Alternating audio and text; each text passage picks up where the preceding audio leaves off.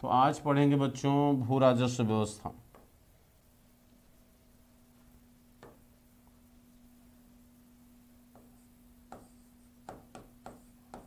British कालीन भू राजस्व व्यवस्था।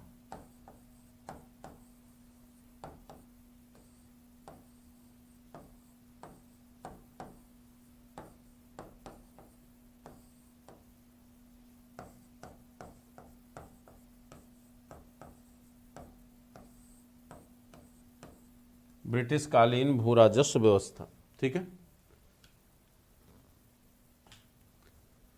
देखिए बच्चों भारत सरकार के ब्रिटिश सरकार के समय भारत में भू राजस्व व्यवस्था का क्या सिस्टम था, किस तरह से चीज़ों का विकास होता है, रेवेन्यू कैसे उन्होंने जनरेट किया, किस तरह से एक सिस्टम का डेवलपमेंट किया और यह रेवेन्यू सिस्टम पहले की रेवेन्यू सिस्टम से कैसे डिफरेंट है, उस चीज़ को भी हम समझने की कोशिश करेंगे।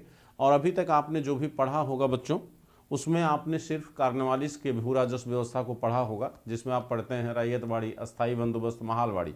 ठीक है, लेकिन हमें पढ़ना है एकदम ओरिजिन से, एकदम शुरू से। ठीक है, क्योंकि जब तक किसी चीज़ को आप एकदम मूल बिंदु से नहीं स्टार्ट करेंगे बच्चों, आप बेहतर तरीके से उसको समझ नहीं सकते। ठीक है, तो जहाँ पर ब्रिटिश सरकार पहली बार भारत के रेवेन्यू सिस्टम से जुड़ती है, भू राजस्व व्यवस्था से जुड़ती है, ठीक, वहाँ से हम शुरुआत करेंगे। आपको पता है बच्चों कि ईस्ट इंडिया कंपनी भारत में एक व्यापारिक कंपनी के रूप में आई थी। ठीक, और व्यापार का जो स्वरूप था पहले कि ये इंग्लैंड से बुलियन यानी सोना लाते थे और भारत से बदले में वस्तुएं ले जाते थे। भुगतान संतुलन बच्चों भारत के पक्ष में झुका हुआ था, यानी लाभ ज़्यादा किसका था, भारत का था। लेकिन इसके साथ साथ आप ये भी कह सकते हैं कि वो भी नुकसान नहीं था, माने उनका भी नुकसान नहीं था, लेकिन उनका जो लाभ था उनके देश के कंपेरेटिवली था, यानी उनके यूरोपीय व्यापार के कंपेरेटिवली था। ठीक, लेकिन भारत का जो लाभ था वो भारत की सापेक्षता में था, यानी हम जितने मूल्य की वस्तु उनको देते थे उससे कहीं ज़्यादा मूल्य का सोना हम पाते थे। हाँ, ये सच है कि वो उसी वस्तु को ले जाकर यूरोप में कई गुना दाम पर बेचते थे, तो प्रॉफिट वो भी कमाते थे, नुकसान उनका भी नहीं था, तो नुकसान मेरा भी नहीं था। ठीक है, अब आपको ये पता है कि भाई बाद में अंग्रेजों ने भारत पे क्या किया, अधिकार कर लिया राजनीतिक तौर पर। और जब इन्होंने राजनीतिक तौर पर अधिकार कर लिया बच्चों प्लासी और बक्सर के बाद, तो भारत की भू राजस्व व्यवस्था का उत्तरदायित्व तो अंग्रेजों के ऊपर आ गया। ठीक, कि भारत में कैसे रेवेन्यू सिस्टम को डेवलप किया जाए, किस तरह से एक भू राजस्व संरचना का विकास किया जाए, इन सारे सिस्टम का डेवलपमेंट जो है वो कहीं न कहीं ब्रिटिश सरकार के दौरान देखा जा सकता है। तो एक सिस्टम के तौर पर अगर हम देखें बच्चों, तो देखिए कहा जाता है कि भू राजस्व व्यवस्था किस चीज का एक जरिया है बच्चों, ये ब्रिटिश सरकार की आय का एक जरिया है, यानी कंपनी की आय का माध्यम है। ये क्या है बच्चों, कंपनी की आय का माध्यम है। तो क्या वास्तव में कंपनी की आय का माध्यम केवल भू राजस्व था? नहीं बच्चों, कंपनी की आय का माध्यम केवल भू राजस्व नहीं था। ठीक, कंपनी की आय का माध्यम और भी थे, उनमें से भू राजस्व एक है। यानी आय के कई रिसोर्सेज थे कंपनी के बच्चों, आय में एक रिसोर्सेस आपका क्या था, भू राजस्व था। ठीक है, तो आय का एक रास्ता, एक माध्यम क्या था, भू राजस्व, यानी भूमि से प्राप्त होने वाला राजस्व। ठीक है, एक तो बच्चों ये था कि भूमि से प्राप्त होने वाला राजस्व। दूसरा, नमक एवं अफीम का व्यापार, नमक एवं अफीम का व्यापार, नमक एवं अफीम का व्यापार। तीसरा बच्चों, महसूल, ये कर था एक जो वस्तुओं पे लगता था, महसूल हो गया बच्चों, आयात कर हो गया। ठीक, इनको मिलाकर क्या कहते हैं, सैर कहते थे। इन सबको मिलाकर सैर, यानी जो टैक्सों से, यानी टैक्सेस से, चूंकि जब राजनीतिक अधिकार हो गया तो टैक्स लगाने का राइट भी ब्रिटिश सरकार के पास आ गया बच्चों। तो जो टैक्स से इनकम कमाते थे ब्रिटिश कंपनी, जो टैक्सेस से आय होती थी वह जो है क्या कही जाती थी, सैर कही जाती थी। ठीक है, तो ये तीन ऐसे माध्यम थे जिससे ब्रिटिश सरकार की आय माने कंपनी की आय होती थी बच्चों। ब्रिटिश सरकार मत कहिए, कंपनी कहिए। तो कंपनी की आय के माध्यम कितने थे, तीन, भू राजस्व, नमक और अफीम का व्यापार और महसूल और आयात कर। तो ये चीजें तो बच्चों आप बाद में पढ़ेंगे। ठीक, आज जो हमें पढ़ना है वो पढ़ना है क्या, भू राजस्व। तो आपको ये पता है कि भारत में ईस्ट इंडिया कंपनी पहली बार भारत के भू राजस्व से कब जुड़ी, यानी कब ऐसा वो पल आया, कब ऐसा वो समय आया जब इंडिया में ईस्ट इंडिया कंपनी को किसी भी ऐसे भूभाग पर भू राजस्व यानी दीवानी अधिकार दिया गया कि भाई ये एक लैंड है, इस पर भू राजस्व यानी भूमि से राजस्व वसूलने का अधिकार आपको दिया जाता है। ये कब ऐसा हुआ बच्चों, ये हुआ कब, जब प्लासी का युद्ध होता है। आपको याद होगा बच्चों 1757 में प्लासी वार हुआ था, प्लासी युद्ध।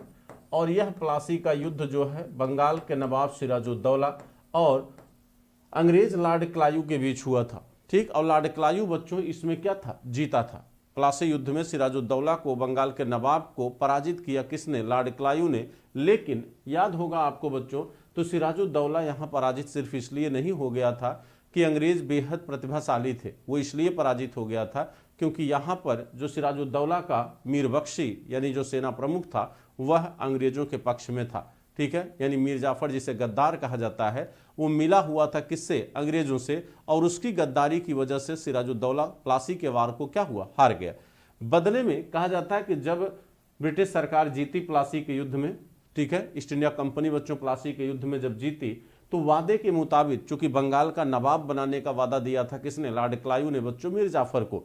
तो जब कंपनी जीती तो बदले में मीर जाफर को बच्चों पे क्या किया गया, नवाब बनाया गया। कहाँ का, बंगाल का। तो जब मीर जाफर नवाब बना तो पहली बार मीर जाफर ने 24 परगना जिला, इसी 24 परगने जिले में बच्चों, इसी 24 परगना जिला में 24 परगना जिला, इसी 24 परगना जिला में, इसी 24 परगना जिला में बच्चों प्लासी का मैदान था, ठीक। और इस 24 परगना जिले के भू राजस्व का अधिकार पहली बार कंपनी को दिया किसने, मीर जाफर ने।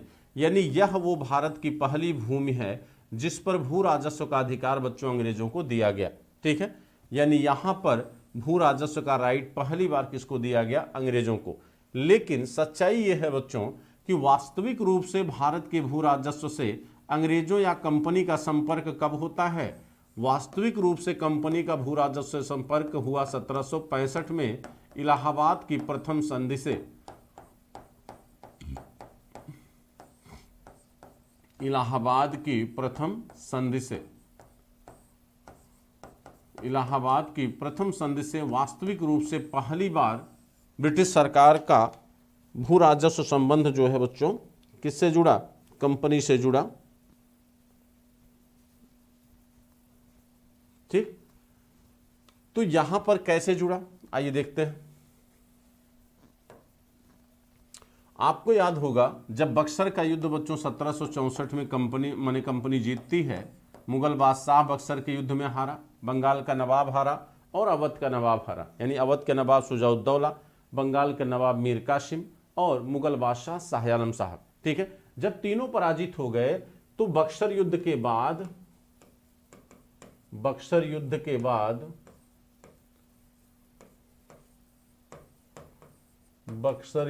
बाद आपको याद होगा बच्चों कि ये एक संधि होती है जिसे कहते हैं इलाहाबाद की संधि। 1765 में इलाहाबाद की प्रथम संधि हुई। इलाहाबाद की प्रथम संधि होती है बच्चों। इलाहाबाद की प्रथम संधि हुई किसके किसके बीच, मुगल बादशाह शाह आलम के बीच, मुगल बादशाह शाह आलम, मुगल बादशाह शाह आलम के बीच और मुगल बादशाह शाह आलम के बीच और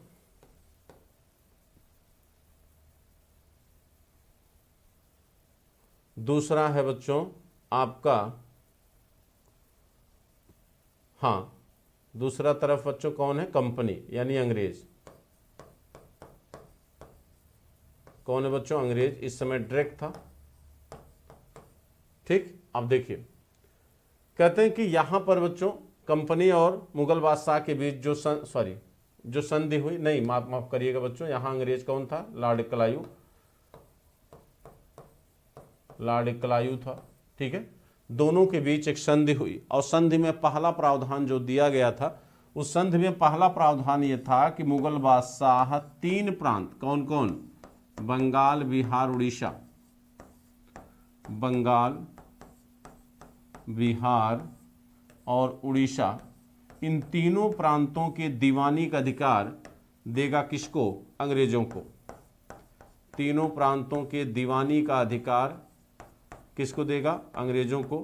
तो ये जब दीवानी का अधिकार बच्चों अंग्रेजों के पास आ गया तो ये भारत की भूमि थी, लेकिन यह किसकी आय का जरिया बना? अंग्रेजों की। तो ये अंग्रेजों के भू राजस्व के आय का जरिया बना, अंग्रेजों के भू राजस्व के आय का क्या बना? माध्यम बना। ठीक है, तो ये अंग्रेजों के भू राजस्व के आय का बच्चों क्या बना? जरिया बना। पहली बार यहां पर वास्तविक रूप से ब्रिटिश कंपनी जो है भारत के एक बड़े भूभाग से बच्चों अपने भू राजस्व के लिए क्या होती है? जुड़ती है। ठीक, तो ये दौर था किसका? लॉर्ड क्लाइव का। तो लॉर्ड क्लाइव ने भारत के इस भूभाग से भू राजस्व व्यवस्था को लागू करने के लिए कौन से सिस्टम इंप्लीमेंट करता है, कौन से सिस्टम को लागू करता है? आइए जरा इस चीज को हम देखते हैं बच्चों। ठीक है, यहां तक क्लियर है बच्चों? आज नए साल का पहला दिन है तो उम्मीद है आप बड़ी से बड़ी संख्या में होंगे। ठीक है, फटाफट सभी लोगों को हमारी तरफ से हैप्पी न्यू ईयर और नए साल की बहुत सारी ढेर शुभकामनाएं। ठीक है, मेरी आवाज़ अगर आप लोगों तक जा रही है, विनय देवताल, गरिमा शर्मा, विनय, शुभम सेन,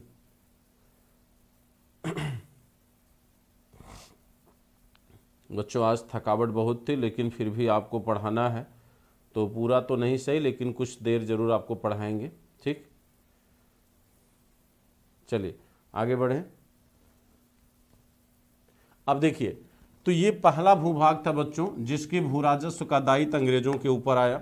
अब देखिए यहां पर आपको याद होगा इलाहाबाद की पहली संधि में जब मुगल बादशाह ने इन 3 प्रांतों का भू राजस्व किसको दिया? कंपनी को दिया।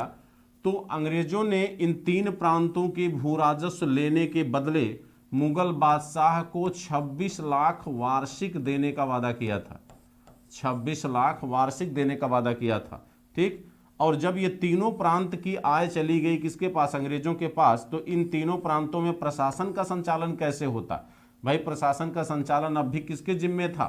मुगल बादशाह के जिम्मे था। जब सारा इनकम चला गया अंग्रेजों के पास तो प्रशासन कैसे चलेगा?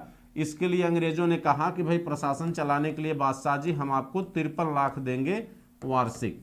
53 लाख लीजिए, आप प्रशासन चलाइए, 26 लाख लीजिए ये दीवानी देने के बदले, और हमें जिम्मेदारी नहीं चाहिए, हमें क्या चाहिए? प्रॉफिट चाहिए, हमें सिर्फ प्रॉफिट चाहिए, हमें इन तीनों प्रांतों की भूमि से होने वाली आय चाहिए, हमें जिम्मेदारी नहीं चाहिए। अब इस व्यवस्था को कैसे इंप्लीमेंट करेगा लॉर्ड क्लाइव? तो लॉर्ड क्लाइव के जिम्मे जब ये तीनों प्रांत आ गए बच्चों तो कहा जाता है कि लॉर्ड क्लाइव के समय की भू राजस्व व्यवस्था देखिए।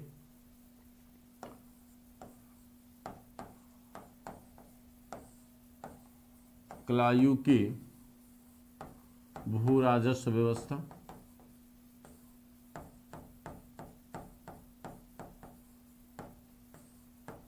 क्लाइव की भू राजस्व व्यवस्था, क्लाइव की भू राजस्व व्यवस्था में बच्चों आपको पता है इसने एक नई व्यवस्था लागू किया जिसे कहते हैं द्वैत शासन।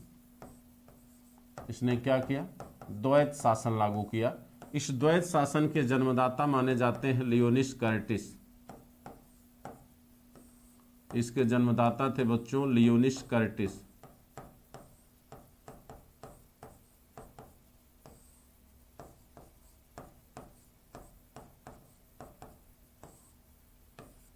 लियोनिस कर्टिस। ठीक है, इस द्वैत शासन के जन्मदाता थे बच्चों लियोनिस कर्टिस।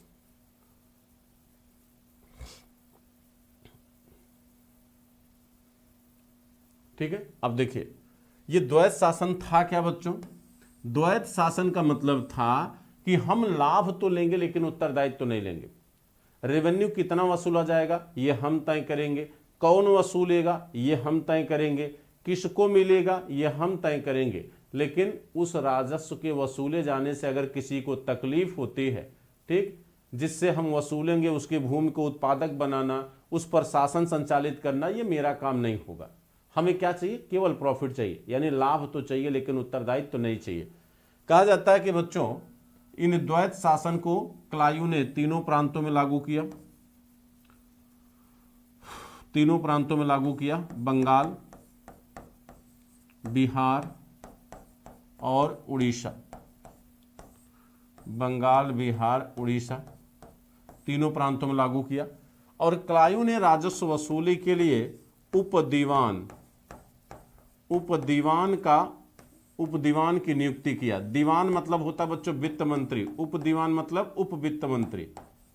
दीवान मतलब कौन होता था? वित्त मंत्री होता था, उसके नीचे उपदीवान बनाया। और बंगाल में उपदीवान बनाया किसको? मोहम्मद रजा खां को। बंगाल में उसने उपदीवान बनाया किसको? मोहम्मद रजा खां, ठीक। बिहार में उसने उपदीवान बनाया किसको? सीताब राय को, सीताब राय को। और उड़ीसा में बनाया दीवान बच्चों किसको?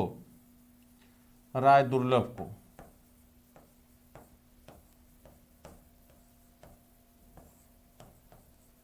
राय दुर्लभ को। तीन ये उपदीवान नियुक्त किया उसने राजस्व वसूलने के लिए। लेकिन इन मोहम्मद रजा खां, सिताब राय, राय दुर्लभ, इनका वेतन कौन देगा? मुगल बादशाह देगा। नियुक्ति तो किया किसने? क्लायू ने। वेतन किसके लेंगे? ये मुगल बादशाह से लेंगे, यानी इनका खर्च मुगल बादशाह देगा, जिम्मेदारी इनकी कहीं और है, और इनके द्वारा लिया गया जो लाभ है वो कहीं और जाएगा, ठीक। यानी राजस्व कौन वसूलेंगे? ये। क्यों? ऐसा क्यों हुआ? ऐसा इसलिए हुआ क्योंकि ब्रिटिश सरकार के पास अभी इतने प्रशासित माने इतने प्रशिक्षित अधिकारी नहीं थे कि वो राजस्व वसूल पाते, ठीक है। इसलिए यहां पर कंपनी ने क्या किया बच्चों कि यहां पर कंपनी ने भारतीय अधिकारियों को ही राजस्व वसूली का माध्यम बनाया, ठीक है, कि भाई भारतीय अधिकारी ही इसमें, चूंकि जब तक देखिए किसी भी राज्य या देश में बच्चों जब तक आप जाएंगे, कहीं भी आप शासन या सत्ता का संचालन करेंगे, तो आप तब तक जो है उस देश पर बेहतर तरीके से गवर्न नहीं कर सकते जब तक वहाँ की भाषा, वहाँ की संस्कृति, वहाँ की परंपराएं, इन चीज़ों से जब तक आप वाकिफ नहीं हो तब तक बेहतर तरीके से वहाँ की सत्ता का संचालन नहीं कर सकते, ठीक है। इसीलिए ब्रिटिश सरकार ने यहाँ पर बच्चों क्या किया? द्वैत शासन लागू किया, ठीक। और द्वैत शासन के तहत भारतीयों को ही व्यापार का क्या दिया? जिम्मा दिया। अच्छा, दूसरी चीज़ ये आपको पता बच्चों कि अगर यहाँ पर ये कंपनी सारा दायित्व तो अपने हाथ में ले लेती तो कहीं न कहीं बच्चों जो डच या फ्रांसीसी थे वो भी इनको रेवेन्यू देने से बचते। भाई सीधी सी बात है, वो भी अपने को इनके बराबर समझ रहे थे ना, तो उनसे चुंगी वसूलना या उनसे अन्य तरीके के टैक्स वसूलना ये कंपनी के लिए बच्चों मुश्किल हो जाता। भाई जो आपका मित्र रहा है, जो आपके साथ आया है, वो आपको अपना मालिक नहीं मानेगा। और हो सकता था कि अगर ये ब्रिटिश सरकार अपने हाथ में सब कुछ लेता तो डच कंपनी, फ्रांसीसी कंपनी के लोग जो है वो कहीं न कहीं गवर्नर या बादशाह की तरफ चले जाते। तो ये भी एक कहीं न कहीं एक समस्या थी। दूसरी चीज कि जिम्मेदारी न लेना। तीसरा कारण था बच्चों प्रशिक्षित अधिकारियों की कमी। अभी इनके पास उतने प्रशिक्षित अधिकारी नहीं थे कि ये कंपनी, ये बच्चों डायरेक्ट कंट्रोल कर पाते, डायरेक्ट रेवेन्यू वसूलने का राइट ले पाते। और इसलिए इन्होंने क्या किया? एक नई व्यवस्था का इंप्लीमेंटेशन किया जिसे कहा जाता है द्वैत शासन। ये लॉर्ड क्लायू ने बच्चों लागू किया था, ठीक है। लेकिन यहां पर ये जो अधिकारी थे बच्चों, चूंकि इन पर नियंत्रण किसी और का था, मुगल बादशाह का, अगर अंग्रेजों का इन पर नियंत्रण रहा होता तो शायद भ्रष्टाचार उतना न होता। लेकिन इन पर नियंत्रण किसका था?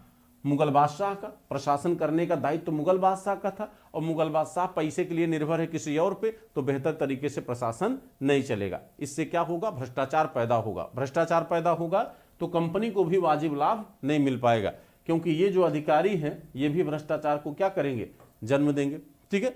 तो क्लायू के समय भी बच्चों कंपनी नुकसान में जाना शुरू कर दी, ठीक। अब जब आया कौन? Warren Hasting. जब बच्चों वॉरेन हेस्टिंग आया तो वॉरेन हेस्टिंग के समय भू राजस्व व्यवस्था में क्या किया गया? बदलाव किया गया। पहला बदलाव वॉरेन हेस्टिंग के समय यह किया गया कि जो वॉरेन हेस्टिंग गवर्नर बना तो वॉरेन हेस्टिंग ने सबसे पहला काम ये किया कि द्वैत शासन को उसने 1772 में क्या कर दिया, समाप्त कर दिया। 1772 में द्वैत शासन को उसने समाप्त कर दिया। द्वैत शासन को क्या किया, समाप्त कर दिया। तो जब द्वैत शासन समाप्त हो गया, ठीक है, तो द्वैत शासन समाप्ति के बाद इसके स्थान पर बच्चों कोई ना कोई नई व्यवस्था का इंप्लीमेंटेशन किया जाएगा, एक नया सिस्टम डेवलप किया जाएगा। ठीक है, तो कहा जाता है कि जब द्वैत शासन उसने समाप्त किया बच्चों, तो इसके स्थान पर उसने राजस्व निर्धारण या राजस्व वसूली कैसे की जाए, इसको डिसाइड करने का सारा अधिकार उसने किसको दे दिया, गवर्नर जनरल इन काउंसिल पर। यानी अब राजस्व व्यवस्था का दायित्व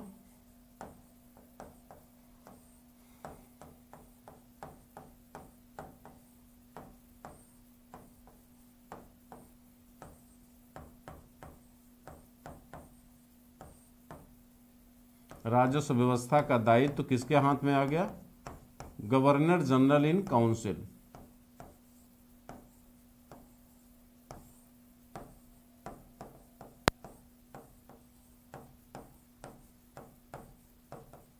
गवर्नर जनरल इन काउंसिल, ठीक है।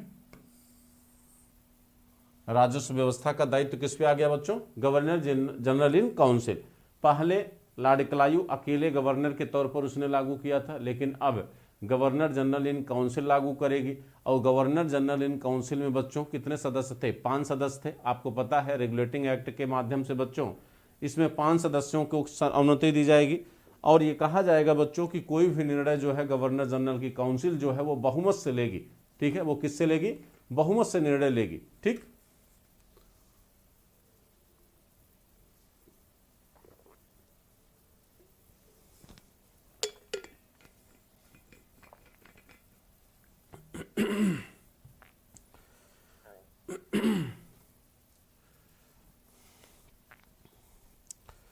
शुभम सेन,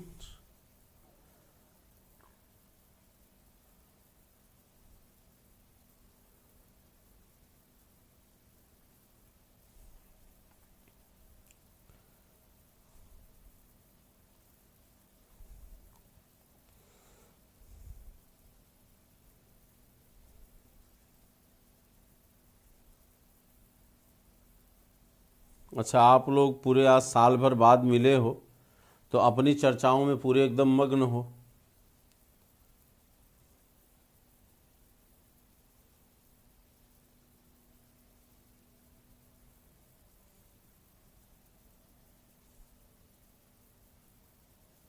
चलिए ठीक है,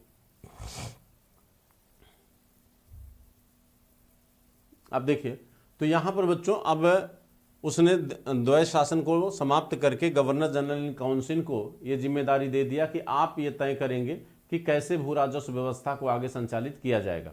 ठीक है, तो कहा जाता है कि गवर्नर जनरल इन काउंसिल ने बच्चों क्या किया कि बोर्ड ऑफ रेवेन्यू का गठन किया।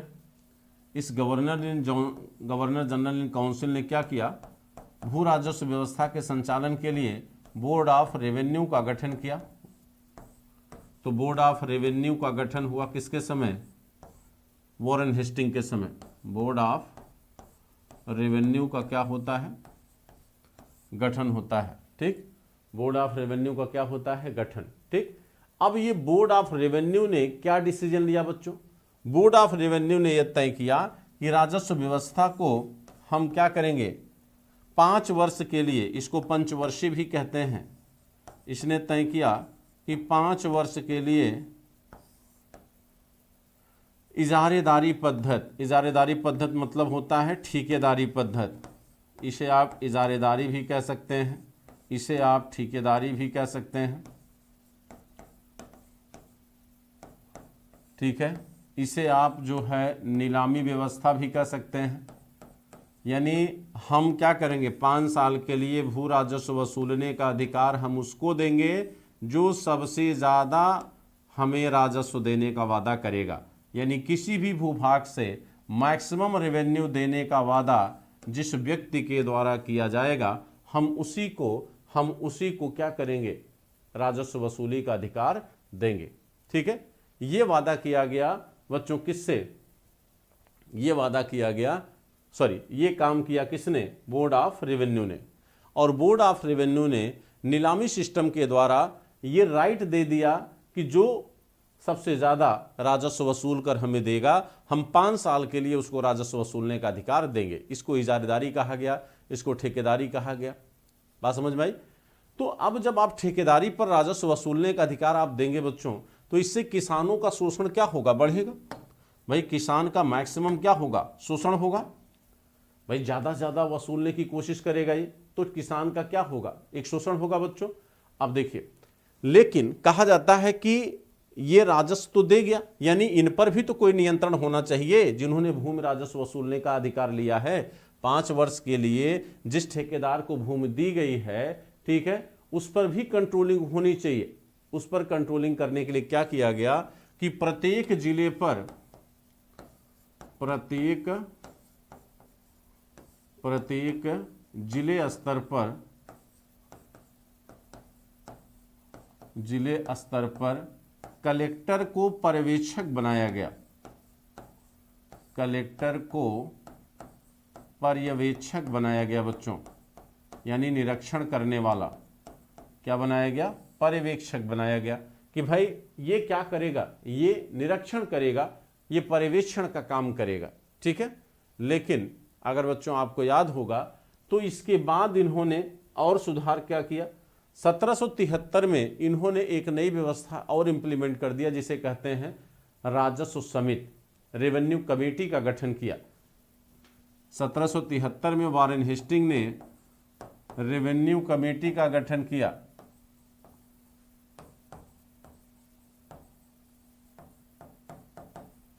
रेवेन्यू कमेटी का गठन किया, यानी राजस्व समिति का।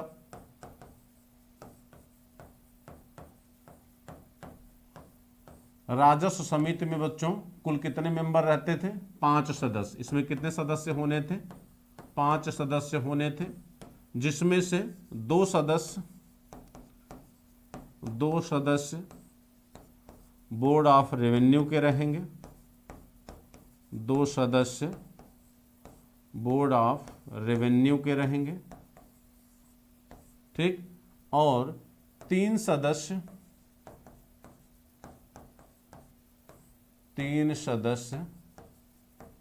कंपनी के। 3 सदस्य कंपनी के रहेंगे, ठीक है। 3 सदस्य किसके होंगे? कंपनी के होंगे, ठीक है। कंपनी के नौकर होंगे, यानी कंपनी के कर्मचारी होंगे। अब देखिए, कहते हैं कि यहां पर बच्चों राजस्व समिति का गठन किया गया और ये संचालन करती किसका? इजारेदारी पद्धति का। लेकिन इसमें भी बच्चों एक समय के बाद क्या कर दिया गया? बदलाव किया गया।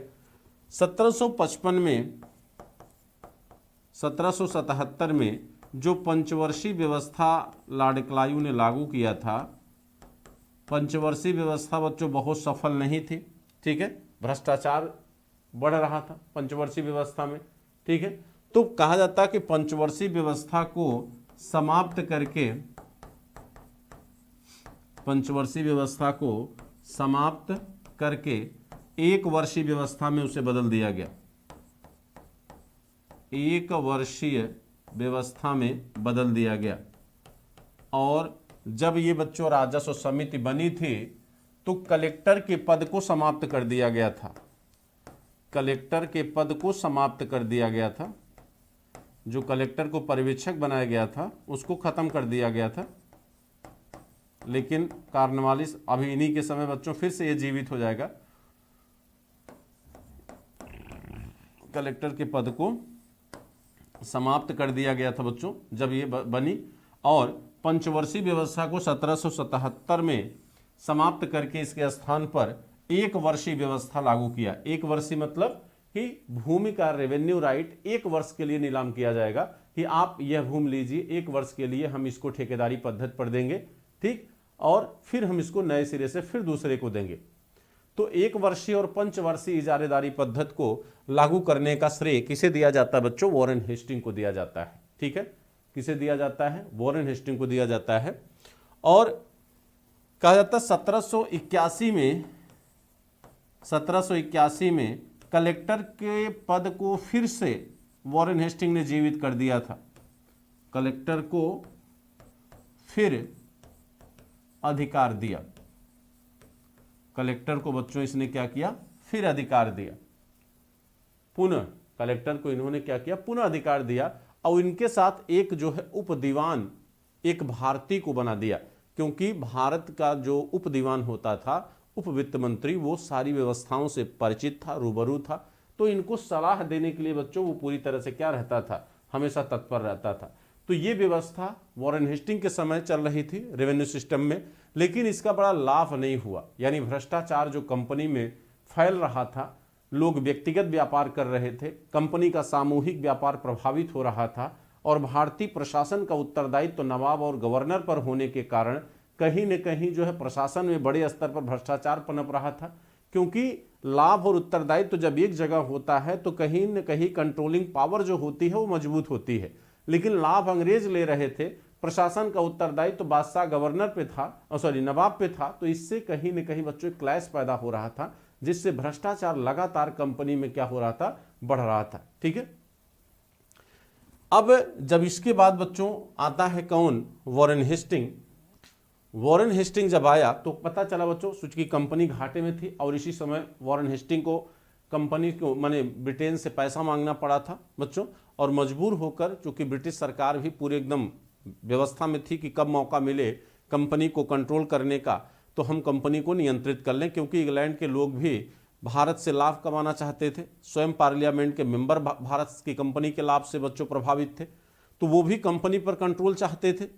यहाँ पर वॉरेन हेस्टिंग ने बच्चों क्या किया? पैसा ब्रिटिश सरकार से मांगकर एक मौका दे दिया अपने ऊपर कंट्रोलिंग पावर बढ़ाने का, और तुरंत जो है ब्रिटिश क्राउन ने बच्चों रेगुलेटिंग एक्ट के माध्यम से कंपनी को कंट्रोलिंग करना शुरू कर दिया। तो ये दिखाता है कि वॉरेन हेस्टिंग और लॉर्ड क्लाइव के समय ये दोनों व्यवस्थाएं क्या थी? असफल थी भू राजस्व की, जिसकी वजह से कॉर्नवालिस ने अपने समय एक व्यवस्थित भू राजस्व प्रणाली को क्या किया? पैदा किया, जिसे आप पढ़ते हो अपनी किताबों में या मेंस में। ठीक है, जहां भी।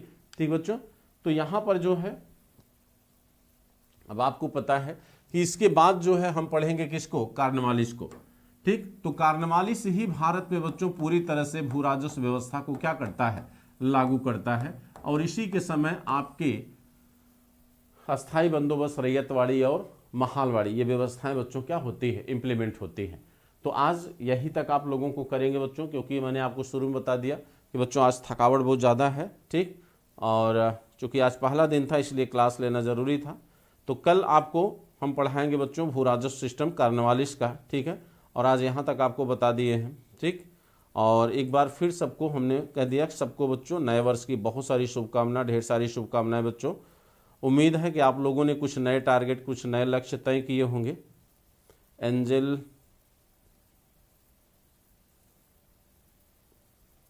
राखी, एंजल, IM, आयुष, काशीनाथ कुंडा, ममता गुप्ता। ठीक है बच्चों, तो सभी लोग आराम से सोएं, आराम करें आज। ठीक, कल से पूरी क्लासें आपकी कंटिन्यू रहेंगी, सभी क्लासें अपने टाइम पर।